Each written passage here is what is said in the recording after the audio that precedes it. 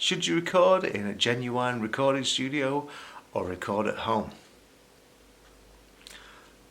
Well, I've been thinking about whether recording in an actual recording studio or recording at home would be better. I think I'm leaning towards the recording at home just because purely I've been amassing various kind of recording equipment over the years, microphones and music stands. I've just got a new computer, and financially all that kind of adds up. But I made the decision a long time ago, maybe a few years ago, to sort of handle all the recording at home, and learn about the recording process, learn about what's best to do and how to do it. But I did consider it a while ago.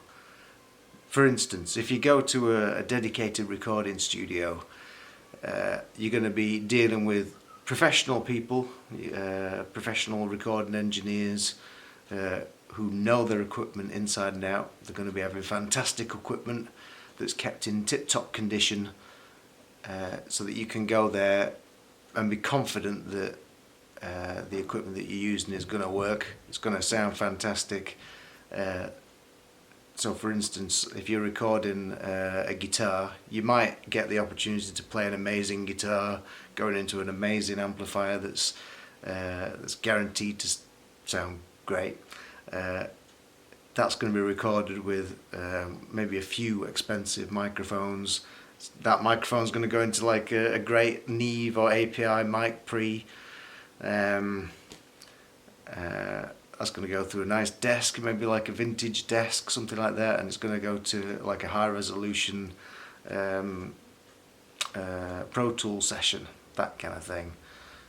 So everything there is, I didn't talk about the room as well, but the room is going to be acoustically treated to sound good. You're not just recording it in any old room. So every stage of the recording is thought about and considered. That's one of the big benefits of going to like a genuine recording studio. At the same time, you're gonna have dedicated days. So you go to a recording studio. If it's a residential recording studio, you're gonna do an EP, something like that. You're going to be spending a dedicated amount of time on your record. So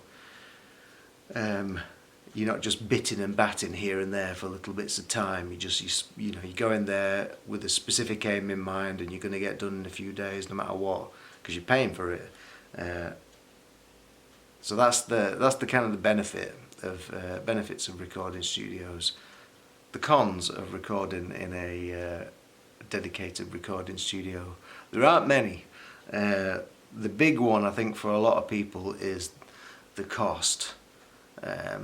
It costs anywhere from maybe a few £100 to I don't know, going to thousands, I guess. Depends how long you want to stay there. So for an album, which is what I'm going to be doing, you might need a dozen days, maybe 12 days, something like that.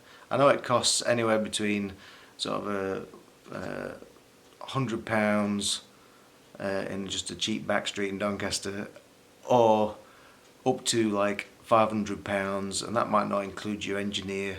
There might be like £100 to £200 a day. So it can get quite expensive to do an album, and I totted it up a while ago, and to spend like maybe if you're doing an album 12 to 15 days, it might cost you up to about £6,000, which would be alright if you're doing an album that you're making a few thousand copies and you're going to be selling them. But at the stage of where my band is at, we're only going to be doing 100 copies, and the rest is going to be digital. So just a digital release on all the digital platforms, and a few hundred copies or 100 copies if people want physical, then we can supply that. So it can be quite expensive. and the expense, I think, puts a lot of people off recording in a studio. But it shouldn't be if your investment that you're making in the album is justified. You know, if you're quite a bigger band and you know that you're gonna sell your physical copies, then that's great. So your investment has got to be justified. Otherwise, there's no point. You'd be spending a few £1,000s recording it, and you're only making a couple of hundred copies. You're not going to make enough money back on the recording to justify the costs. So my plan when I first started was to build up my cache of recording gear and do the first recordings at home, and then hopefully get to the point where we can get into a big studio and other people can record us. But for now, I'm going to be doing it myself. Another con is time schedules. Just everybody in my band is self-employed, and we're all busy. We're all doing lots of things. It's quite hard to get people together, even as a three-piece, to do some dedicated recording, because you have to plumb it in. You know, when are you free? When am I free? That kind of thing, and it's quite difficult to get things together. So to go into a studio, maybe like a residential studio where you're there for a week, you just have to take some time off from wherever it is that you're doing, and go there. So that's a con for me, in the fact that I like to just fit in recording as and when you can do it. You know, if you've got like a little chunk of time where you get a day off, you can do a little bit of recording, which you can't do if you're in a dedicated recording studio. You have to book things and be quite solid with that booking. So there's that. On the back of that, if you are a group of busy people, you can't go into a recording studio not particularly knowing your bits and bobs. You have to go in there fully prepared. You know the song, you know exactly what you're going to play. All the parts are worked out, including all the percussion parts. It's all got to be demoed out somehow before you go into a recording studio. Otherwise, you're just going to be wasting money, really. So you got to go in there fully prepared. And if you are like a busy set of people, it's quite hard to demo these things out. Quite hard to work these things out. So unless you're doing a band full time, I think recording at home would probably be the way. Cost-wise, as I said, recording in a studio would be, I don't know, it depends. If you're doing an album, it'd be a few £1,000s to record it. I'd like to do an album, but it's not going to cost that much. Over the years, I've been steadily collecting little bits of gear, microphones, recording devices, that kind of thing, and I've amassed enough little bits and bobs to record with, to make an album with. I'm quite studious, is that the right word? Fastidious. I've been quite fastidious in collecting all these little bits and bobs just to do this recording. I've got some drum microphones, some AKG drum microphones, not particularly expensive. I think for the tom mics, I think that's a D540s and D550s. They're an old microphone. I guess they're a vintage microphone now, but I think they're about 50-60 quid each. I've got a D112 for the kick drum. This is for live as well, but like I am going to be using it for recording. I've got a couple of Golden Age Project ribbon microphones for overheads or room mics, depending on what I'm going to use them for.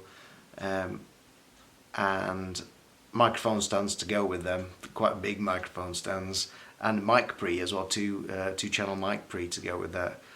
I've got SM57s, SM58s, and that's just sort of on the microphone side. I have two R16s, that's by Zoom, that can record 8 channels each. If you sync them up, which you can do, so they're recording together, you can record 16 channels at once at 24-bit, which is good enough for what I want it for. I bought a new computer with Studio One on it, just purely to do recording with. I've got an Akai tape machine from the 60s, it might be 70s, I think it might be 70s, yeah, that I'd like to do some sort of tape things on, recording onto tape and then sampling off the tape. I've got various percussion, and I've just bought a nice new Fender Pro Junior amp to record at home, because it's low wattage, and it sounds fantastic. I really love that amp. What else have I got?